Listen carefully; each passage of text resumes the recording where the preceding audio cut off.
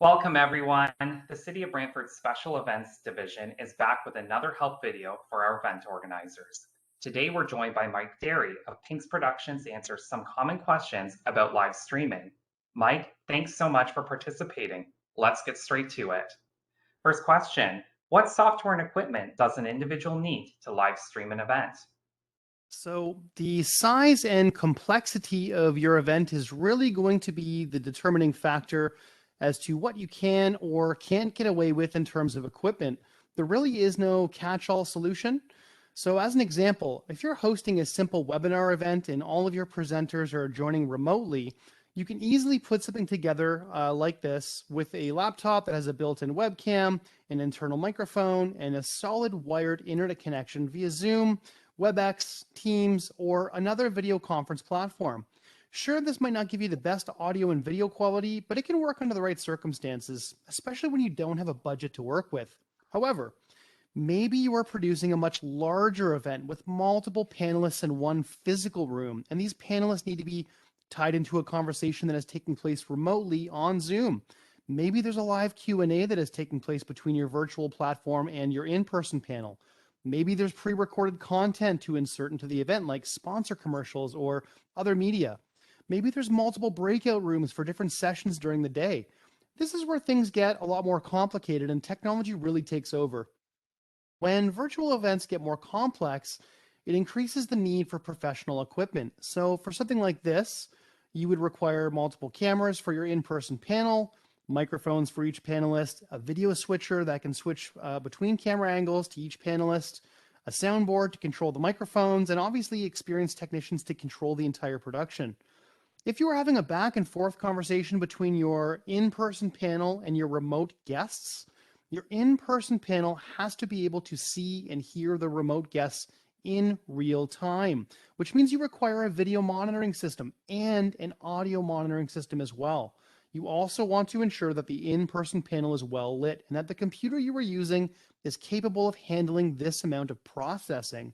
As well, IT is a major consideration. You want to make sure that you have a stable, hardwired internet connection. Wi-Fi is just not reliable. Simply put, there are an absolute ton of scenarios to consider, and each one has a unique equipment requirement. Okay, that's great. Thank you so much. So Mike, what would you say the best way to get optimal sound and lighting in a stream event would be? For sure. So audio is always the number one thing that people need to get right. Nobody ever says, wow, that audio sounds really good. However, when it's bad or not working at all, people notice. So it's critical that you get your audio right. Typically, we use lavalier microphones and wireless handhelds for virtual events and tie them into a digital audio console.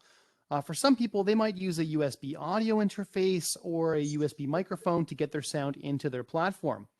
For lighting, you typically want to go with a 3-point lighting setup wherever possible. This includes a key light, a fill light, and a backlight. So your key light is your main light, which lights your subject's face. And the golden rule for your key light is 2-to-1 for your fill light, which means your key light needs to be twice as bright as your fill light, which will give you a more cinematic look for narrative filming or things like virtual event guest panels. The backlight is really used to give some separation from the background of your shot, which gives you more depth. This is especially important when the background is dark and your subject's hair is also dark. Shining the backlight on the subject's hair will create separation from the background. Good stuff. And what are the ballpark costs for such an event?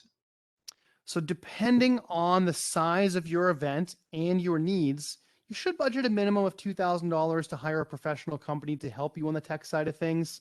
That company is going to show up with $20,000 worth of equipment, but remember, it's not only the equipment they are providing, it's the experience with this type of event. That's where the value really comes from.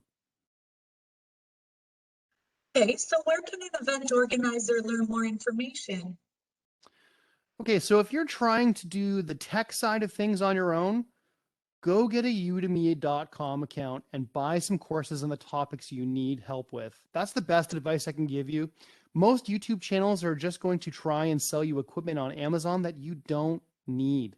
If you were planning on hiring a company to do your heavy lifting, just call them to find out more.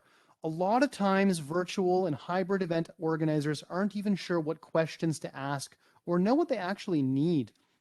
An experienced audiovisual firm can help you understand what you are up against, and they would love to help you solve your tech problems. Great. And is there any more information that you'd like to share today? Yeah, for sure. So, as the world is slowly moving back to smaller in person events, the virtual landscape is changing rapidly to a hybrid model. You shouldn't be afraid of this format. It's here to stay, and for a good reason. Since the start of the pandemic, organizations have built these massive international online followings, and they aren't going anywhere anytime soon. This is the new normal for events, but it's not really all that new. If you have ever been to a Toronto Blue Jays game, either in person or you've watched one on television, you have already participated in a hybrid event. In person, there were 5,000 people in attendance, and on television, there were 5 million people tuned in. Each group had a different experience. The in person crowd had a seventh inning stretch, while the virtual crowd watched the commentators show the highlights of the game at the same time. My advice is don't be afraid of what's next. The future is friendly.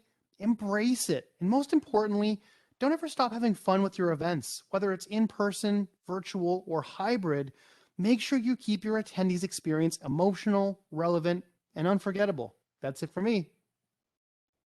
Okay, well, that's all we have time for today. Thank you so much, Mike, for joining us and answering all of our questions. Our viewers, thank you for tuning in, and we hope that you enjoyed today's topic.